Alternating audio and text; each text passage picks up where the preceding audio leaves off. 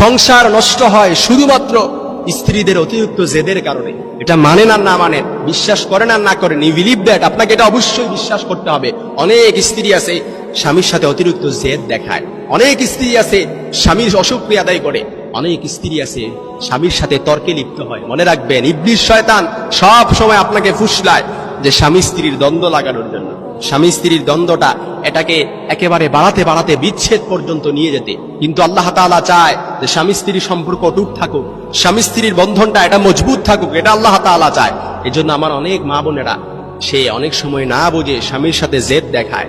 সে স্বামী যে হুকুমগুলো করে সেটা মানতেই যায় না। সে বলে আমি তালুকদার বংশের লোক, আমি মজুমদার বংশের মেয়ে, আমি ভুইয়া বংশের মেয়ে, আমার উপর কর্তৃত্ব খাটাবে।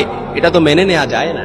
কিন্তু আপনাকে এটা বুঝতে হবে, কোরআনে আল্লাহ তাআলা বলেছেন আর রিজালু কাওয়ামুনা আলান নিসা, আপনার উপর আপনার স্বামীকে অভিভাবক হিসেবে স্বয়ং আল্লাহ তাআলাই পাঠিয়েছেন। আপনার উপর কর্তৃত্ব আপনার স্বামীকে এটা স্বয়ং আল্লাহ তাআলা দিয়েছেন।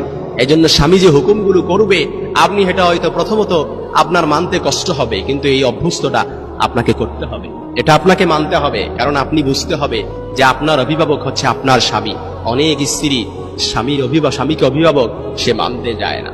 অনেক স্ত্রী স্বামীতে তার কর্তৃত্ব সেটা বুঝতে চায় না। কিন্তু আল্লাহ বলেছেন, ও নারীরা, তুমি যদি জান্নাতে যাও, রাসূল স্বয়ং রাসূলের হাদিস, জান্নাত